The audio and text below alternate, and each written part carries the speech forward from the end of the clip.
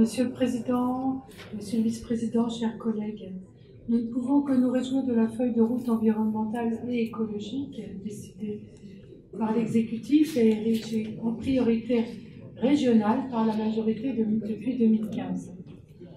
Comme l'exécutif l'a justement souligné, ce sont près de 2 millions d'euros qui sont directement et indirectement mobilisés à ce titre via les différentes annexes que nous débattons dans le cadre de notre budget préventif 2019. Sur le seul secteur de l'environnement et de l'énergie, ce sont 25% de crédits supplémentaires engagés par rapport à 2015 et la précédente majorité. Il s'agit d'un effort budgétaire sans précédent dans l'histoire de notre collectivité en faveur de cette politique d'avenir. 2019 sera l'année de la COP francilienne, de la COP francilienne énergie-climat, qui aura vocation à réunir chaque année les acteurs régionaux de la transition écologique. La majorité régionale s'est engagée auprès des franciliens à réduire de 20% la consommation énergétique en Île-de-France d'ici 2030, de 40% d'ici 2050 et à 100% d'énergie renouvelable dans la consommation francilienne en 2050. En 2019, une aide individuelle sera versée sous condition de ressources aux copropriétaires de bâtiments engagés dans des travaux de rénovation écologiquement et énergétiquement vertueux.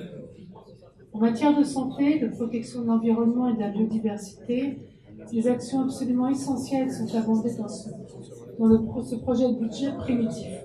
La politique de l'air, la politique de l'eau et celle de l'énergie, la protection du patrimoine naturel et l'investissement écologique dans les infrastructures de transport.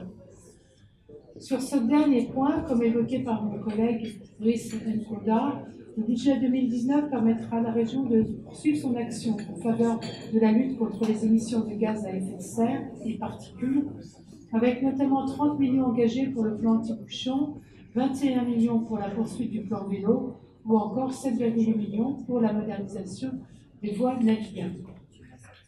Le fonds de renouvellement des chaudières à bois, dont la montée en puissance s'est faite cette année avec son extension pour tout le territoire francilien, prend également sa part dans le développement des bonnes pratiques, y compris chez les plus modestes des franciliens.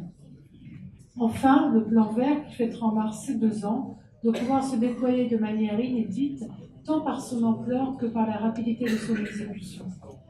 L'objectif affiché est la plantation de 500 hectares de forêt à la fin du mandat, et nous sommes en très bonne voie. D'ici à 2021, et conformément aux préconisations de l'OMS, chaque francilien pourra se prévaloir d'avoir accès à un espace vert boisé à moins de 15 minutes à pied. En 2018, ce sont 72 nouveaux hectares qui ont été créés et 12 autres hectares mis en accessibilité.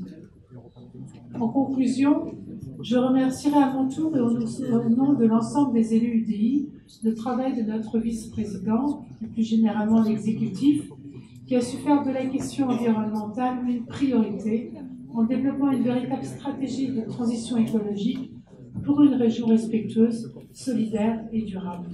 Bien entendu, nous voterons sans réserve les annexes 11 et 14, tout en souhaitant que nos amendements pour lesquels l'exécutif a émis un avis favorable en commission soient largement adoptés par nos collègues. Je vous remercie. Merci.